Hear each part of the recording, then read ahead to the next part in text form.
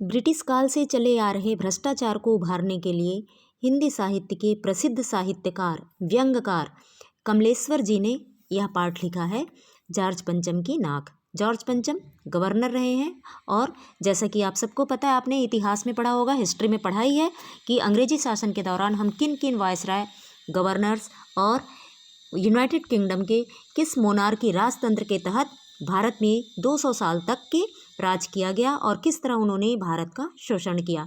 यही चीज़ बताया जा रहा है इसमें कि जब क्वीन एलिजाबेथ भारत के दौरे पर आती है तो उनको खुश करने के लिए चापलूसी की हद पार कर दी जाती है और भारतीय पैसों का उस गरीबी, अकाल और मूलभूत आवश्यकताओं के लिए जूझते भारतीय लोगों के पैसों की सारी व्यवस्था किधर जा रही थी? अंग्रेजी सरकार की चापलूसी करने में, उन्हें खुश करने में।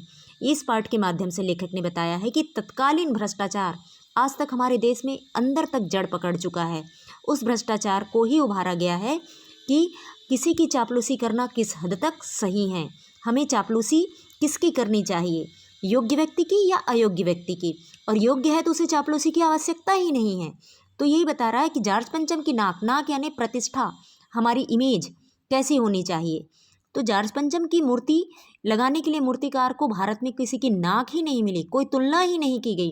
भारत का सबसे गरीब, सबसे चतुर्थ श्रेणी का कर्मचारी भी जॉर्ज पंचम से बहुत ऊंची इमेज रखता था, उसकी छवि भी बहुत ऊंची थी।